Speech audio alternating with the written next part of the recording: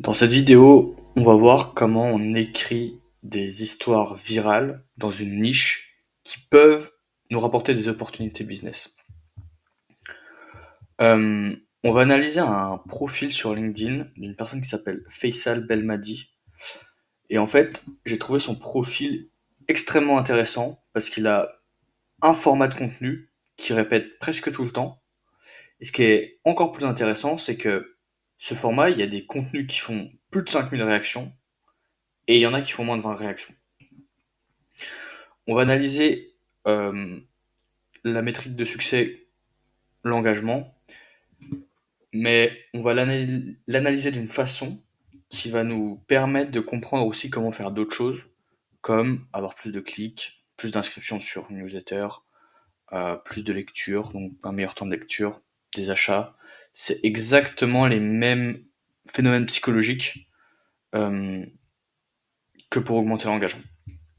On va voir 6 points, pardon, euh, pour faire un peu la même chose. Je pense vraiment que son format, c'est un format qui va continuer à grossir, c'est un format qui a, euh, qui a passé l'épreuve du temps. Ça fait des dizaines d'années que ce type de format est utilisé. On va voir aussi la recette d'accroche clickbait sans être putaclic et les biais psychologiques qui sont utilisés. L'idée, c'est qu'en fait, le clickbait, je pense que c'est bien, mais il faut pas être putaclic. La différence, c'est que clickbait, on fait un truc avec beaucoup de curiosité, beaucoup de tension, mais on délivre ce qu'on a promis. Le putaclic, on ne le délivre pas. On va aussi voir l'ingrédient qui fait le plus réagir l'audience et comment le mettre en place. Donc, il y a un phénomène psychologique qui est, je pense, le plus important, surtout sur LinkedIn, enfin même globalement sur tous les réseaux, qui permet d'avoir vraiment beaucoup de commentaires, beaucoup de débats, beaucoup d'engagement. Et on va voir comment vous pouvez le faire pour votre niche spécifiquement et comment vous pouvez le mettre en place juste après. On va voir aussi une technique pour évaluer la qualité d'un sujet et d'une accroche simplement. Parce que le problème, c'est que des fois, on a des idées, et je sais pas si je parlerai de cas personnels, mais moi j'ai vraiment des cas personnels où je pensais que l'idée était bonne, et en fait, avec les questions qu'on va se poser, on va réussir à voir directement pourquoi ça marche pas. Et vraiment très très rapidement. Une structure de hook et rehook qui est dans presque tous les posts viraux de Faisal. Alors pas dans tous complètement, mais c'est un peu une structure qui permet de mélanger tous les ingrédients qu'on va voir dans le point 2. Et on va analyser aussi 3 posts où en fait ça n'a pas fonctionné. Et on va voir pourquoi ça n'a pas fonctionné. Et j'ai sélectionné 3 posts parce qu'en fait c'est des erreurs que moi par exemple j'ai beaucoup fait, que je joue toujours, et que je vois beaucoup sur des posts de débutants sur LinkedIn, où c'est vraiment des choses, des erreurs qui sont vraiment évitables, quoi. N'hésitez pas à vous abonner. Là, tout ce qu'on va voir dans la vidéo, le résumé est disponible sur Substack en commentaire. Vous pouvez vous abonner à la newsletter pour pas rater les prochaines newsletters et les prochaines vidéos. Et n'hésitez pas à vous abonner, tout ça, tout ça. Enfin, vous connaissez, liker, repartager. Bref. Donc, le format pour être visible, en fait, c'est l'histoire d'une campagne ou d'une décision marketing. Le format, vraiment, techniquement, c'est quasiment toujours le même. Des fois, il y a des carousels, mais la plupart du temps, c'est juste une photo ou des photos de la campagne, ou de la marque, ou de la personne. Et un texte qui explique un peu ce qui se passe. L'objectif de ces posts, pour moi, il est assez simple, c'est devenir une référence sur le sujet du marketing et plus spécifiquement des grandes marques, parce que travaille dans un grand compte qui est Decathlon, et il parle principalement de grands comptes et encore plus spécifiquement de grandes marques B2C, pas forcément de B2B. Mais après, attention, tout ce que je vais vous expliquer là est applicable au B2B et je ferai les parallèles et je vous expliquerai comment le faire pour du B2B.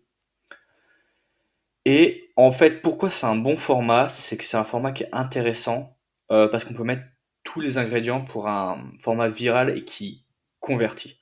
Alors c'est quoi la différence entre un je vais un peu m'attarder là-dessus maintenant. C'est quoi la différence entre un contenu viral qui convertit et qui convertit pas?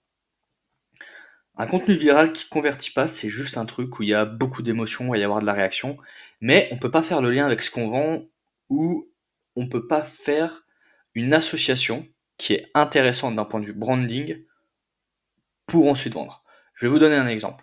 Raconter son histoire de nos traumas quand on était enfant, ado, qu'on a été harcelé, tout ça, ça va faire réagir. va y avoir des réactions, normal. Mais c'est très très compliqué si on vend par exemple, je sais pas, de la location de pelleteuses, de faire le lien entre l'histoire de quand on était bully adolescent et le fait qu'il faut louer nos pelleteuses. Ça sert à rien, c'est totalement inutile. Là, il faut que je trouve une idée d'histoire pour vendre de la location de pelleteuses. L'idée, ça pourrait être comment une entreprise a réussi à devenir plus rentable en faisant de la location plutôt que de l'achat. Faudrait trouver, vous pouvez demander à ChatGPT, il va trouver des histoires. Euh, mais vous voyez, il faut que vous trouviez une histoire qui justifie un argument de vente de votre produit ou qui fait que lorsqu'on pense au sujet dans lequel est votre offre, on pense à vous. Et donc, on va voir comment faire des histoires qui sont intéressantes sur ce sujet-là, et on va voir un peu la recette d'une accroche clickbait sans être putaclic. Déjà, je voudrais juste définir précisément ce que c'est une accroche. L'accroche, pour moi, c'est la photo de profil, la tagline du profil. Donc, vous voyez ce petit truc-là ici. La première phrase du post et la photo. Donc, première phrase, photo. Ok. Je l'ai pas mis dans la newsletter, mais il y a un concept que je crois que j'ai développé dans l'autre newsletter qui s'appelle Time to Proof, où je vais le développer probablement dans une autre newsletter. C'est que en fait, selon qui on est, selon de quoi on parle et de qui on parle, il faut qu'il y ait de la preuve très très vite pour que la personne qui lise notre contenu se dise ok, il va pouvoir délivrer la promesse. Si on n'a pas ça, on va pas être lu. Ce qui est normal, ce qui est extrêmement logique. Donc vous voyez par exemple la social media, influence RP, Decathlon, coach marketing.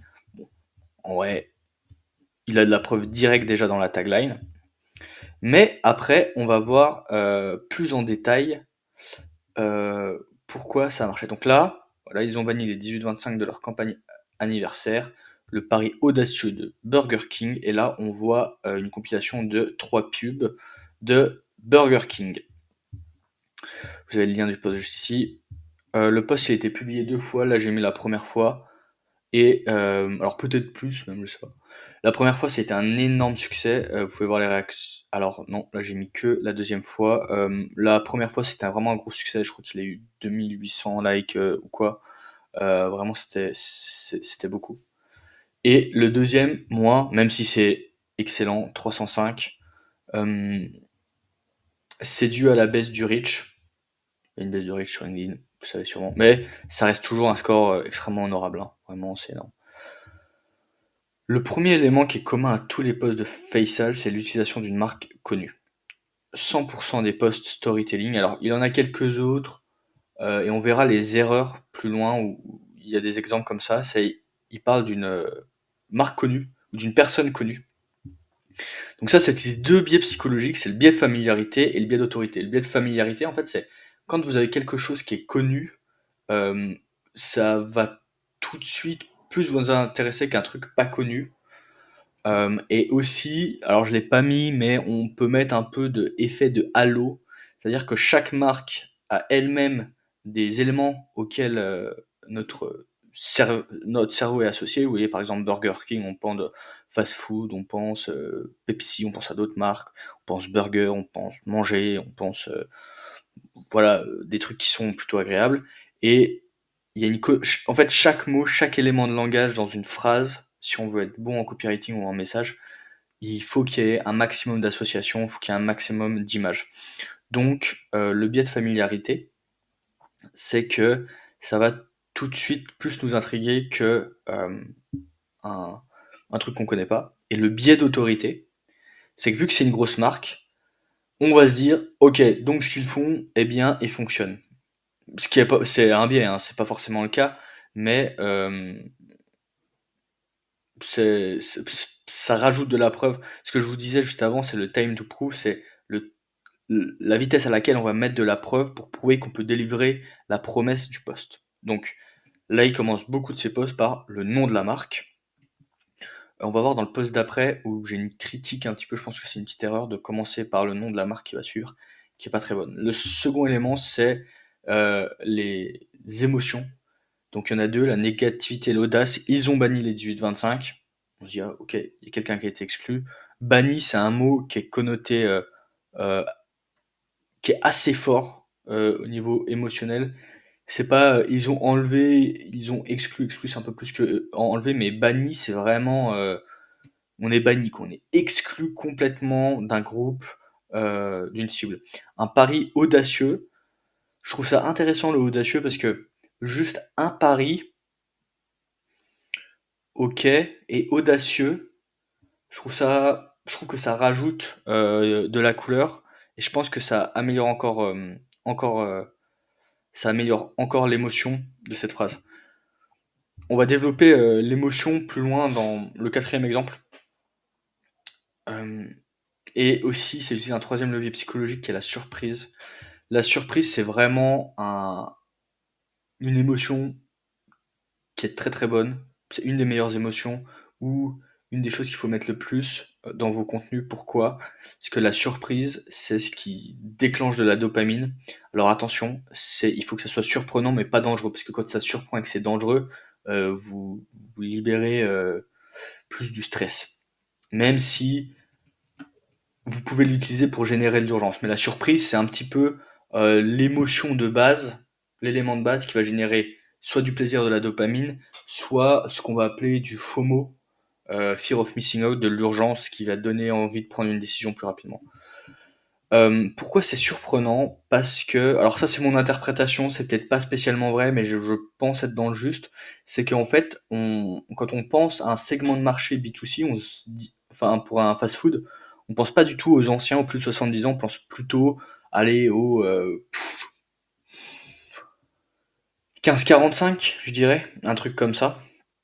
Et du coup, la tranche plus de 70 ans, elle est assez surprenante et ça intrigue. On a envie de savoir pourquoi ils font ça, tout ça.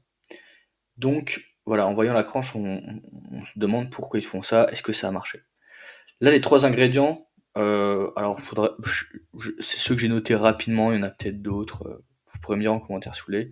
C'est l'utilisation d'une grosse marque pour le biais d'autorité, de familiarité, l'émotion, mettre une émotion, la négativité et l'audace, et la surprise. Là, on va prendre un post où il parle de Reddit. J'ai réécrit l'accroche d'ailleurs à la fin, vous allez voir. Donc pareil, même schéma, on commence par la marque. Reddit a transformé ce qui devait être un handicap en avantage créatif. Ce forum géant américain aux 100 millions d'utilisateurs, 3 petits points. Et là, on veut savoir ce qui se passe. Euh, Ça a moins marché, mais ça reste assez intéressant. Pour moi, il y a plusieurs erreurs. L'élément de langage, ce qui devait être un handicap, il est pas bon. Enfin, il est pas terrible, c'est pas joyeux. Pourquoi? Parce qu'en fait, tous les éléments d'une bonne accroche sont relatables, c'est-à-dire qu'une personne peut s'identifier à ces éléments. En l'occurrence, dire que ça marque un handicap, je suis pas sûr que ça connecte assez bien avec la cible. Dans un deuxième temps, Reddit, ça reste assez niche en France. C'est très populaire aux US. En France, c'est moyen. Ça commence à avoir de la popularité, mais plutôt sur des segments un peu niche. Du coup, je suis pas sûr que ça soit très bon.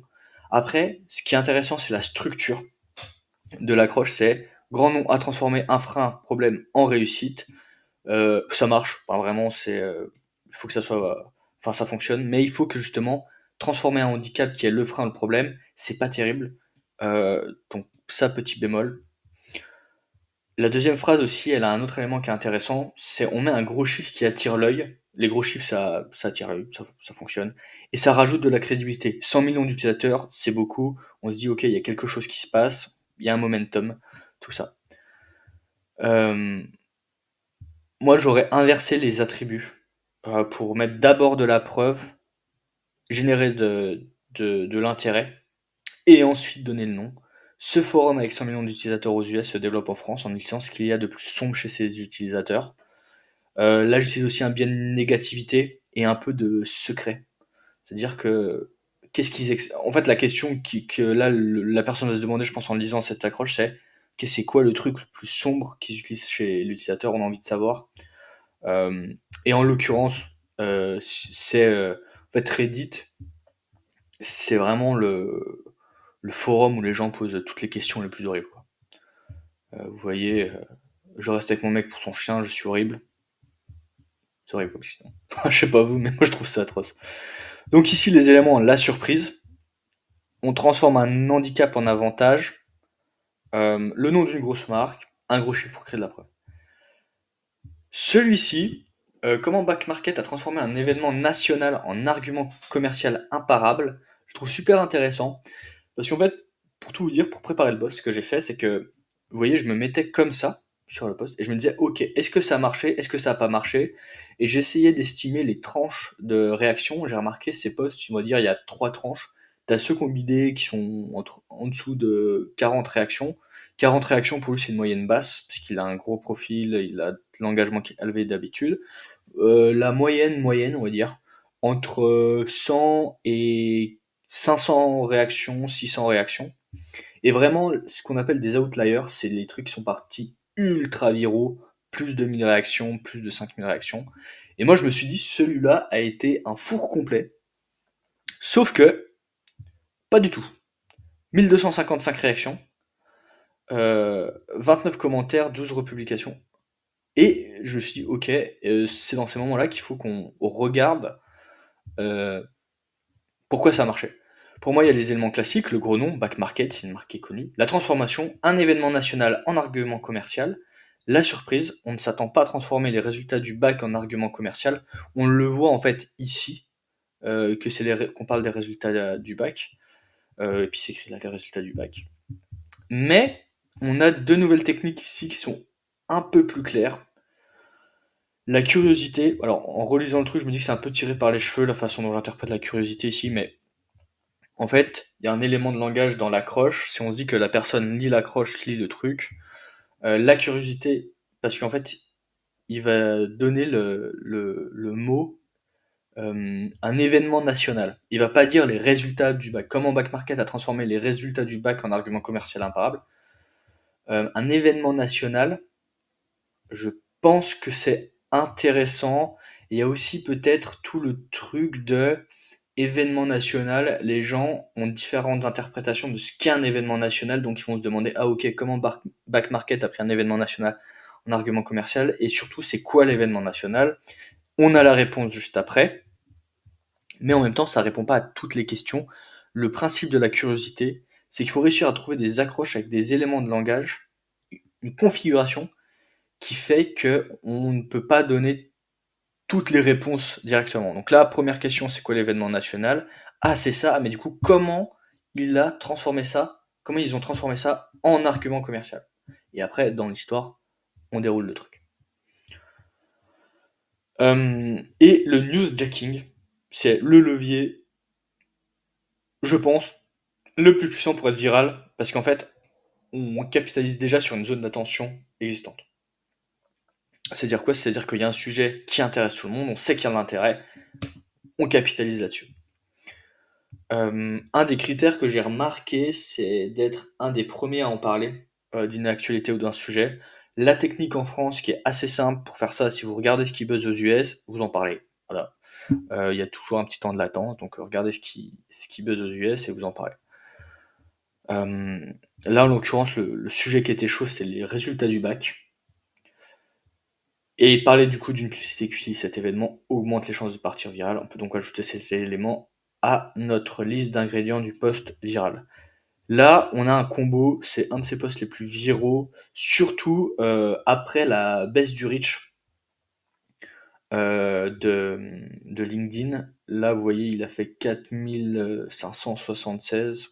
Et il n'a pas fait 5000 réactions, j'avais mis plus de 5000, mais du coup c'est une petite erreur. Mais... Enfin bref, vous voyez, ça c'est énorme. Moi, ce que je vous invite à faire, là, c'est de mettre pause sur la vidéo et de vous demander c'est quoi tous les leviers qu'il y a. Alors là, il y a déjà des indices, mais demandez-vous c'est quoi tous les leviers qui sont utilisés sur ces pubs. Ok, donc là, normalement, vous avez remis play. C'est vraiment une masterclass parce que déjà, il y a le newsjacking. Si je dis pas de bêtises, je pense qu'il a publié le post Alors enfin, ça c'était pour la fête des mères, je pense qu'il a publié le post quelques jours après, ou voire une semaine après. Donc déjà, c'est un sujet un peu la fête des mères. La marque elle est connue, Chanel. Il y a l'audace aussi, cette marque a osé montrer ses produits. La surprise, une marque de luxe qui fait des pubs moches, c'est moche. Actuellement, on a beau aimer nos petits-enfants, c'est moche. Voilà. Et un autre élément voilà, dont j'ai un peu parlé juste avant, l'emotional arousal. Alors, c'est une émotion enfin, c'est un phénomène psychologique que j'ai découvert dans le livre Contagious de Jonah Berger, où en fait, ce qui se passe, c'est qu'il analyse des titres d'articles de journaux qui sont partis viraux, et il remarque un truc un peu à contre-courant, c'est que on pense que la négativité, c'est ce qui rend quelque chose de viral. Et il remarque qu'en fait, il y a des articles très positifs qui partent viraux aussi, et c'est là qu'il découvre que c'est l'emotional arousal, le vrai facteur. Donc, qu'est-ce que c'est? C'est une réaction physiologique à un stimulus, qu'il soit positif ou négatif. C'est vraiment une espèce de réaction intense émotionnellement et physiologique à quelque chose qui fait qu'on est moins raisonné. Et donc, il y a quoi? Alors là, voilà, je vous donne un exemple. On réagit aussi intensément physiologiquement à des images de guerre qu'à des petits chats trop mignons. Sur YouTube, un des trucs les plus regardés, c'est des gags de chats. C'est voilà l'emotional arousal. Et là, c'est quoi le truc? C'est ah, c'est trop mignon, c'est des dessins d'enfants. On va voir que c'est le cas avec ce qui arrive après. Et je voudrais juste conclure sur cette partie sur un point qui est assez important. Peut-être que vous vous en doutez, et aussi vous avez vu qu'en fait on n'a pas analysé le contenu du post, parce que pour moi le plus important c'est l'info en elle-même. Si vous amenez une bonne info avec un bon angle, le reste va suivre. Mais pour ça, il faut passer beaucoup de temps à étudier l'info et un sujet. Faut vraiment chercher, connecter des points en amont, et après, ça se débloque. Moi, dans mes expériences d'écriture, les trucs qui ont le mieux marché, c'est j'ai fait des recherches, j'ai analysé des trucs, j'écrivais pas. Mais voilà, je faisais des analyses un petit peu comme ça, je prenais des notes, tout ça. Après, j'ai écrit, boum, ça marchait. Donc passer du temps à étudier des formats, chercher des idées, comprendre pourquoi une idée a résonné avec une audience cible. Oh là, attendez, je suis désolé, il y a mon chat qui ronfle là, on dirait un tracteur.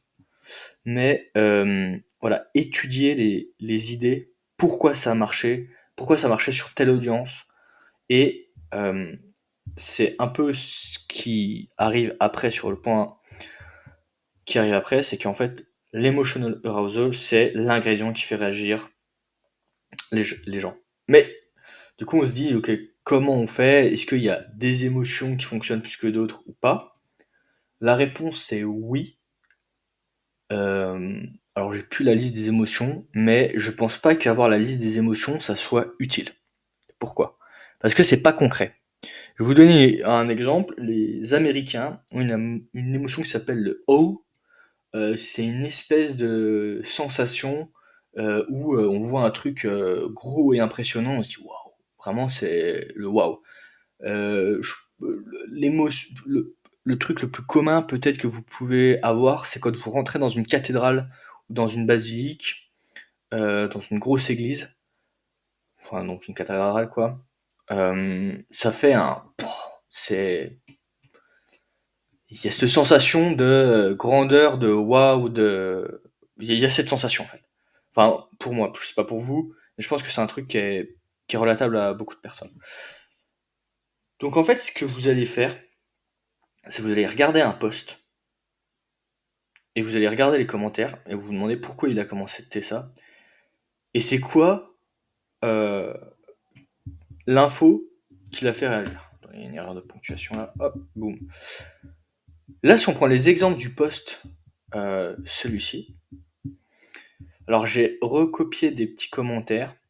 Fan, c'est touchant et remarquable, loin des publicités lisses qu'on a l'habitude de voir. Donc là, on se dit, ah, c'est bien, voilà. Je pense qu'elle a pas encore mis des mots. Enfin, si, vous voyez, c'est touchant. L'utilisation de l'émotion est toujours gagnante en marketing. Mettre l'humain au centre de cette façon est une belle idée. Ça ressemble un peu à un commentaire IA, ça. Mais du coup, ça veut dire que l'IA réagit de cette façon-là à ce poste. Celui-ci, c'est celui qui m'intéresse le plus. Dans un monde où l'artificiel règne de plus en plus, l'authentique gagnera de plus en plus le cœur des gens. L'humain touchera toujours plus émotionnellement les gens que ce qui est issu de robots ordinateurs. Donc là, en fait, ce qui est intéressant, il y a un autre format de poste qui fait beaucoup d'engagement, c'est le format débat. Trouver un sujet où, vous voyez, une des croyances des gens, ce qu'ils disent ou ce qui les fait réagir, c'est de dire ah bah voilà, un truc humain, ça fait plus réagir. Et j'avais vu un contenu il y a pas longtemps où le thème du post c'était quoi? C'était l'IA est reconnue comme plus empathique qu'un médecin selon les patients de tel hôpital. Et bah ça crée du débat. Curieux de connaître la rémunération des enfants du personnel, donc voilà. J'ai vu deux trois commentaires dans ce style-là. Je trouve cela cute contrairement à l'accroche. Je sais plus ce que je m'étais dit par rapport à ça. Ah, cute. Parce que dans l'accroche, il avait mis je sais plus quoi. Voilà, sous leur pire jour et le résultat est magistral. Donc, quelqu'un qui dit ah non, c'est cute, c'est pas le pire jour, c'est super. Ok. Euh, on peut déduire plusieurs trucs. Le fait que ça soit touchant car c'est fait par des enfants. Moi, je pense que c'est parce que c'est fait par des enfants. Euh, Il y avait plein d'associations psychologiques au niveau de l'enfant, on a envie de s'en occuper, trouve les enfants mignons, c'est plein de mignonneries, tout ça. Le contraste avec le fait qu'il y ait de plus en plus d'intelligence artificielle et quelque chose de très réel et humain, ça c'est plus... en fait, quand vous réfléchissez à un sujet, il faut aussi réfléchir à un peu ce qui est sous-tendu dans la méta, dans le consensus commun. Euh, J'en ai pas encore parlé, mais j'ai créé un post pour un copain où justement ça parle d'HPI. Et les gens sont mis à devenir fous sur le sujet des HPI.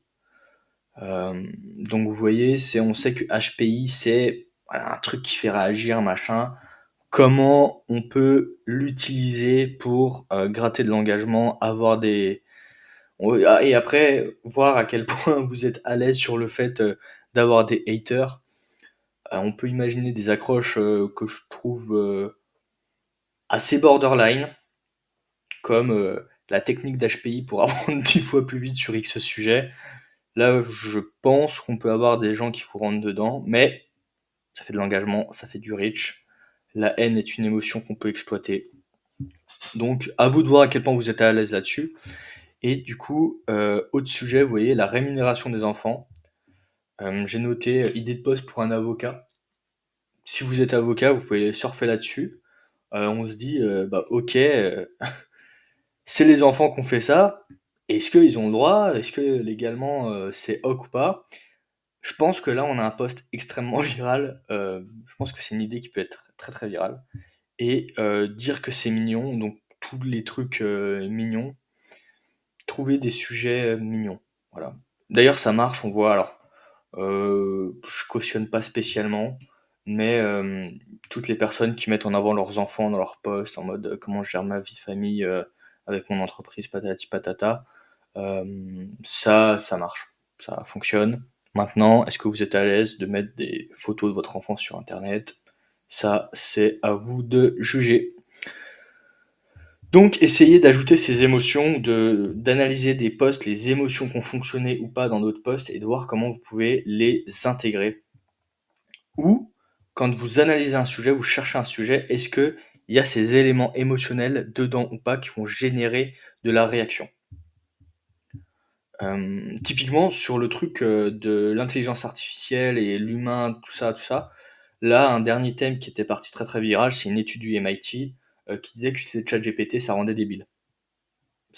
Beaucoup de posts qui parlaient de ça sont partis ultra viraux. Donc quand vous faites de la veille ou une review, une revue de presse des sujets dans les grands médias qui peuvent fonctionner pour votre niche, demandez-vous est-ce qu'il y a ces éléments émotionnels. Maintenant, justement, ça va avec la suite. C'est comment on évalue la qualité d'un sujet et d'une accroche, pardon, Euh, c'est pas une chance exacte. On peut se rater. ChatGPT O3 est pas mauvais pour ça. Je suis en train de travailler sur des prompts où en fait vous écrivez quelque chose et il analyse et il vous fait une pondération des éléments sur une accroche sur un sujet. Je trouve de plus en plus que ChatGPT est ignoble pour écrire. En fait, vous voyez tous ces petits éléments, il n'est pas capable de les mettre, il n'est pas capable de l'exécuter. Par contre, il est très bon pour analyser. Donc, je travaille un peu sur une version, un GPT qui va pouvoir analyser vos accroches. Donc, n'hésitez pas à vous abonner.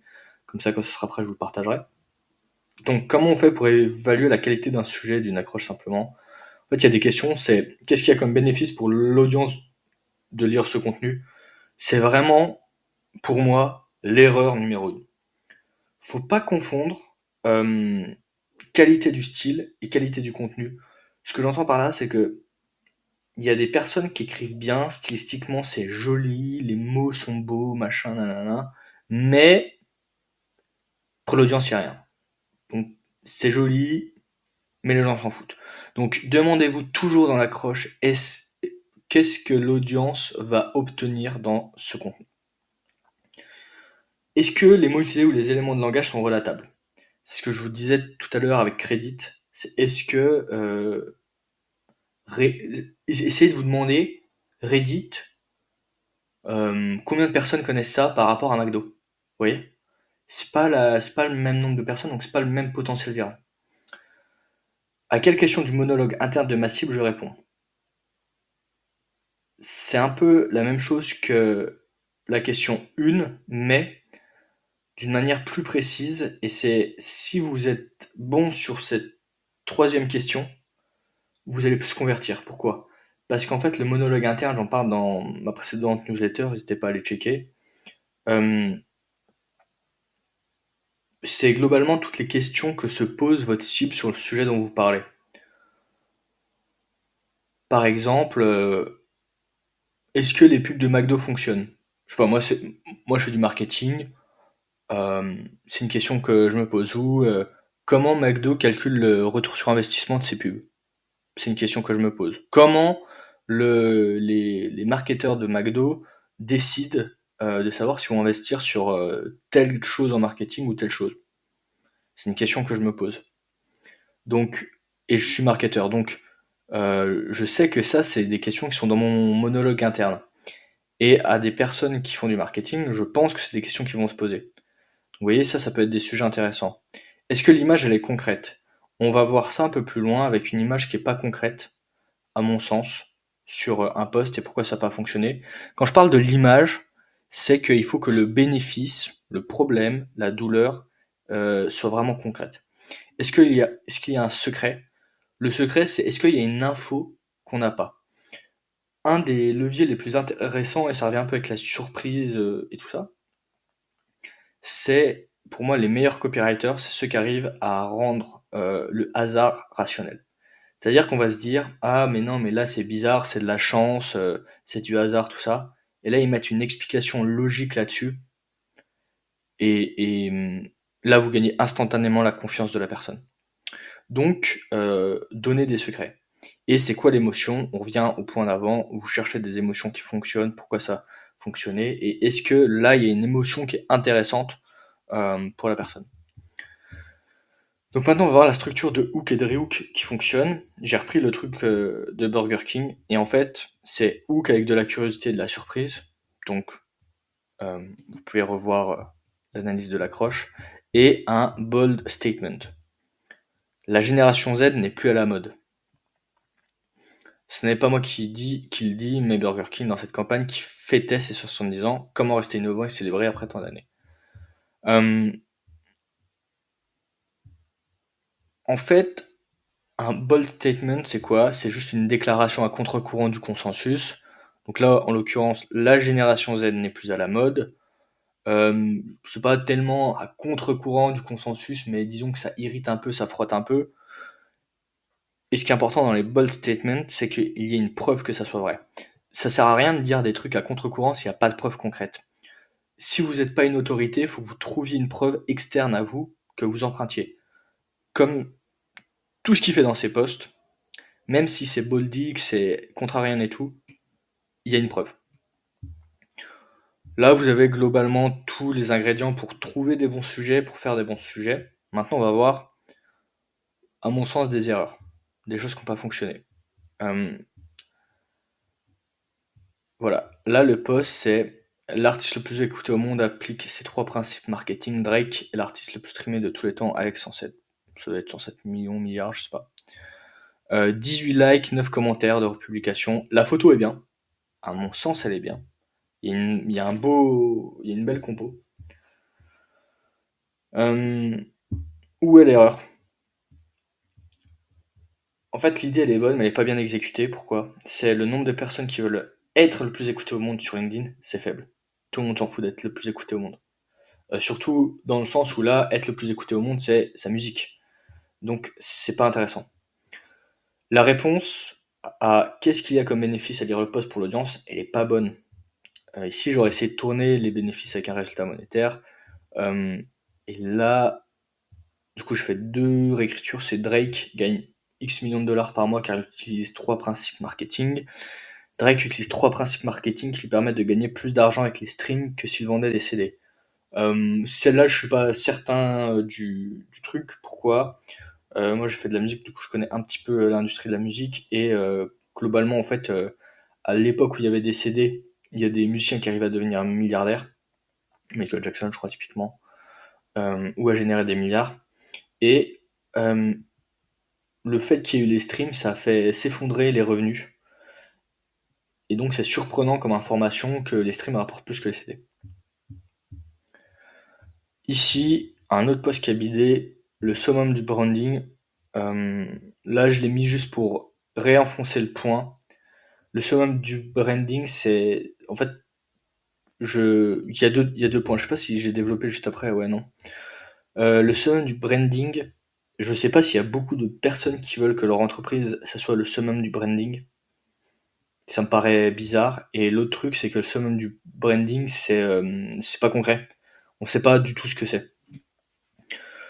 Euh, on sait pas ce que c'est. Donc, c'est pas concret. Et donc, il faudrait que ça soit plus concret. Je pas réécrit, mais voilà la remarque. Et là, l'autre, c'est les marques seraient néfastes pour le monde. Pourtant, je vois autre chose en elles. Euh, je vois l'idée un peu contrarienne, c'est-à-dire que ce que j'explique, c'est les marques sont néfastes pour le monde, tout ça, c'est pas bien, ça détruit la planète, je sais pas quoi. Mais justement, c'est abstrait, c'est arbitraire. On sait pas ce que ça veut dire néfaste pour le monde. Il n'y a pas d'image. Euh, Faudra trouver une image, je sais pas, la déforestation, ou je sais pas quoi.